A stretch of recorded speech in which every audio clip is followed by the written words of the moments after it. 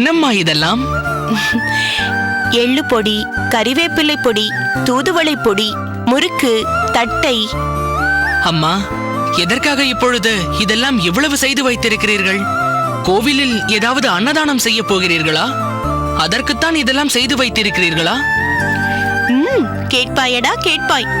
ஊருக்கு போகிறாயே என்று உனக்காகத்தான் இதெல்லாம் செய்து வைத்திருக்கிறேன். நீ என்னை எகத்தாளம் செய்கிறாயா? ஐயோ இல்லையம்மா, எனக்காகவா இவ்வளவும் செய்து கொண்டிருக்கிறீர்கள்? பிறகு யாருக்காக? என்னம்மா இது? நான் ஏதோ தூர தேசத்துக்கு போகிற மாதிரி அல்லவா எல்லாம் தயார் செய்து கொண்டிருக்கிறீர்கள். மதுராந்தகத்துக்கு பக்கத்தில் இருக்கும் கருங்குழிக்குத்தானே போகிறேன். இருக்கட்டுமே, தூரதேசம் போனால்தான் இதெல்லாம் செய்ய வேண்டுமா என்ன? பக்கத்தில் இருக்கும் ஊருக்குத்தான் நீ போகிறாய். ஆனால் 1 வாரமோ 10 நாளோ அம்மா கையால் நீ அமுது செய்ய போவதில்லை அல்லவா? ஆமாம், அதில் எனக்கு வருத்தம்தான். ஆனால் போகும் இடத்தில் எதுவுமே கிடைக்காதோ என்று நீங்கள் அச்சப்படுகிற மாதிரி அல்லவா தெரிகிறது. என்ன ராமானுஜா, உன் தாயார் எதற்கு அச்சப்படுகிறாளாம்? நீங்களே சொல்லுங்களப்பா. நான் அருகில் இருக்கும் கருங்குழிக்குத்தானே போகப் போகிறேன்.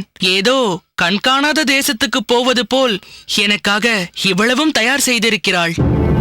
அங்கே நாங்கள் ஒரு மடத்தில்தான் தங்கப் போகிறோம்.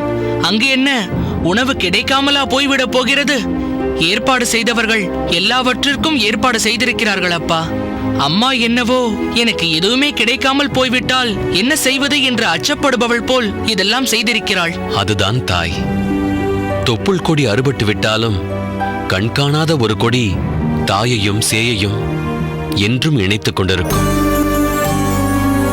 அதன் பெயர் பாசம். அந்த பாசம்தான் இதையெல்லாம் செய்ய வைத்திருக்கிறது. சரி, நீ பிரயாணத்திற்கு தேவையான எல்லாவற்றையும் எடுத்துக்கொண்டாயிற்று அல்லவா?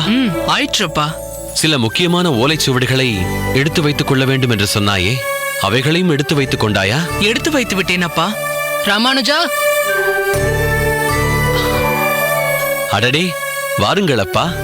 என்ன, உங்கள் நண்பன் தயாராகிவிட்டானா என்று பார்க்க வந்தீர்களா? ஆமாம், அங்கே குருநாதர் புறப்பட ஆயத்தமாக இருக்கிறார். ராமானுஜனை அழைத்து வர சொன்னார். இதோ வந்து விடுகிறேன். அம்மா, கொடுங்கள்.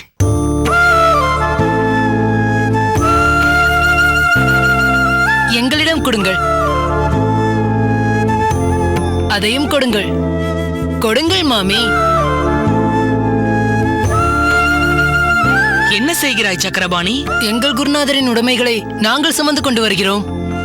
எனக்கு எவ்வளவு பெரிய சேவை செய்திருக்கும் ராமானுஜனுக்கு இந்த சேவையை கூட நாங்கள் செய்யாமல் இருக்க முடியுமா?